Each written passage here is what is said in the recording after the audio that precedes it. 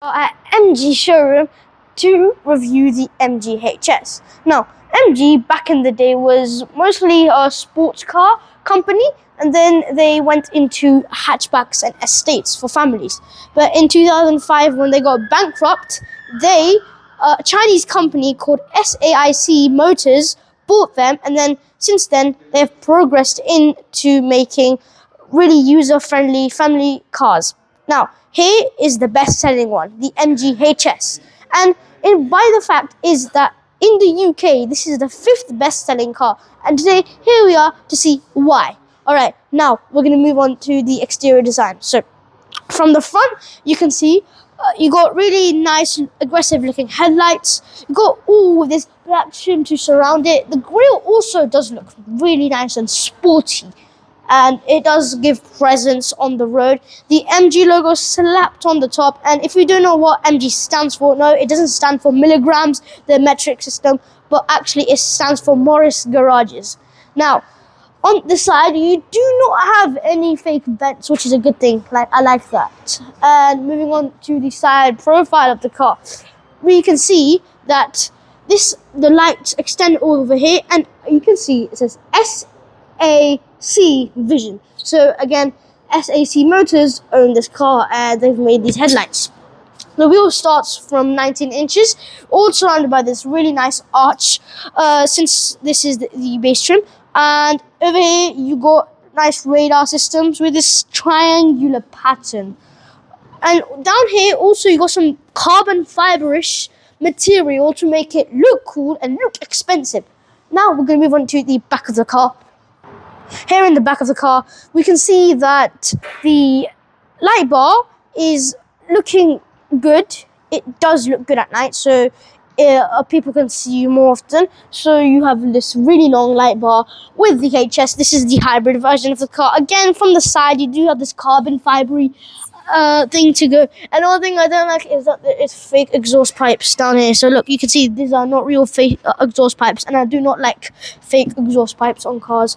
Alright, then we got this slope line over here.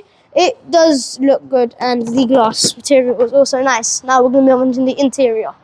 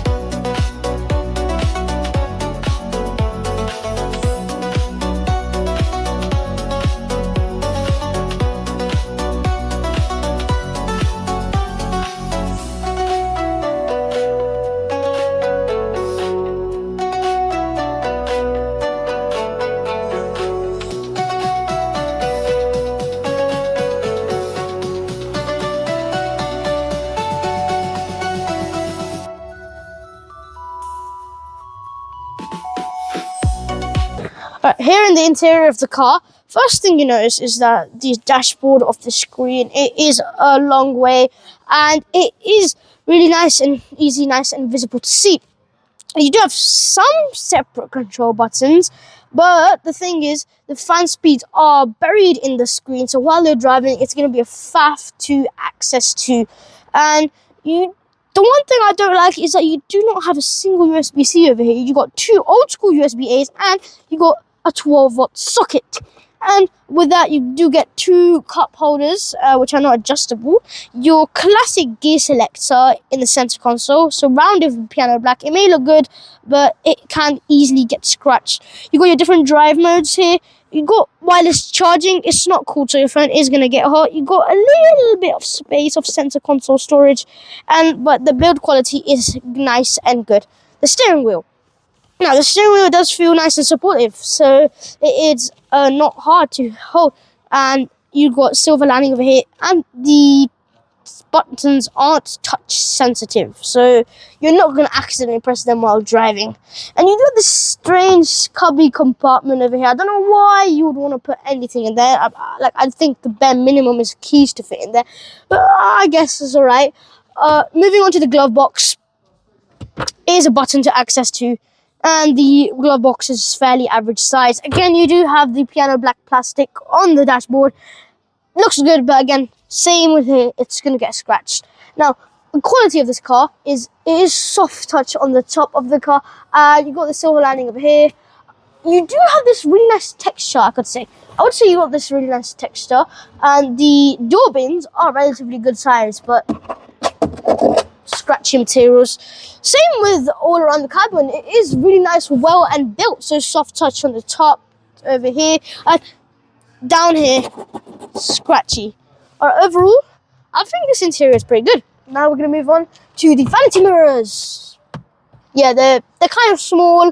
The light is also small, but also fairly sized. Right, now 2 things, fun facts I want to tell you. In the MGHS, in certain trims, you can get a super sport button, and that means it will unleash to full power, 300 horsepower. So you will find this good. And the thing, infotainment system, is not that much responsive. Even though this is a car of 2025, it isn't as responsive as you would expect it to be. And also, another 2 downsides is that what you think the car is, it's actually really heavy. Now, that does mean it will eat into some MPG, and yeah, I mean, that is one downside. So it's heavier than most of its competitors. Now, here's all the fun facts about it. Now we're going to go on to the back. Alright, here in the back, you got good amount of leg room, so it is a lot of space, well spaced, and headroom is also good for people over 6 foot. Quality does extend from the front, which I really love, because a Volkswagen Tiguan, the more pricier car, the quality back here is going to be scratchy. Again, you just have the same texture as you do in the front. The door bins are a little bit smaller on the downside from the front, so that's one downside you could see. It's almost completely flat full. You can just have a really tiny little hump, which doesn't matter, because still, the person in the middle seat, even though it's kind of congested, you can stretch your feet out and have a lot of space in it.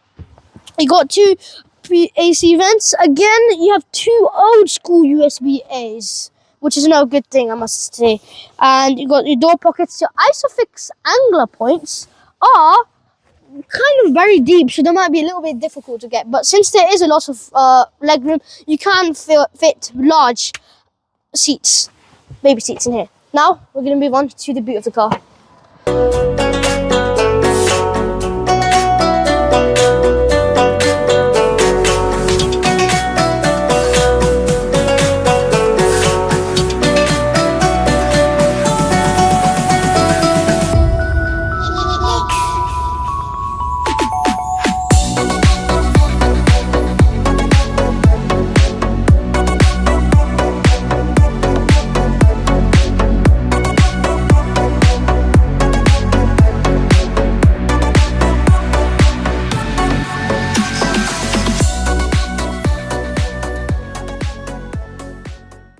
Alright,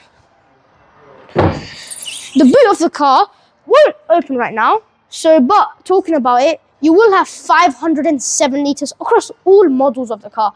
Now that is good, because the Kia Sportage, if you go for the plug-in hybrid version, it does eat into boot space, but still, this is smaller than the Kia Sportage's boot, but again, it's practical and nice enough. Now, when you fold the rear seats down, you get 1,500 litres of space.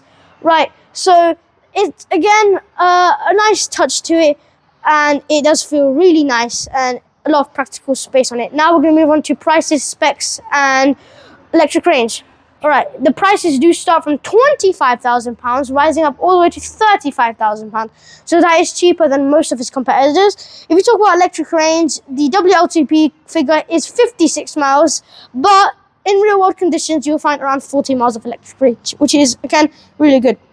Well, the MPG of this car is 40 miles per gallon, real world talking, so it is a little less than its competitors. And as I told you, in the front seats, it is due to its sheer heaviness and size of this car. All right, now we're going to talk about my final verdict of this car. So the final verdict of this car is, it is a really nice overall car. It's cheaper than most of its competitors. It does have some setbacks, and it does have the potential to be really, really successful. And that is why it's the 5th best selling car in the UK. Mohammed Harris here, signing off, Little Expert.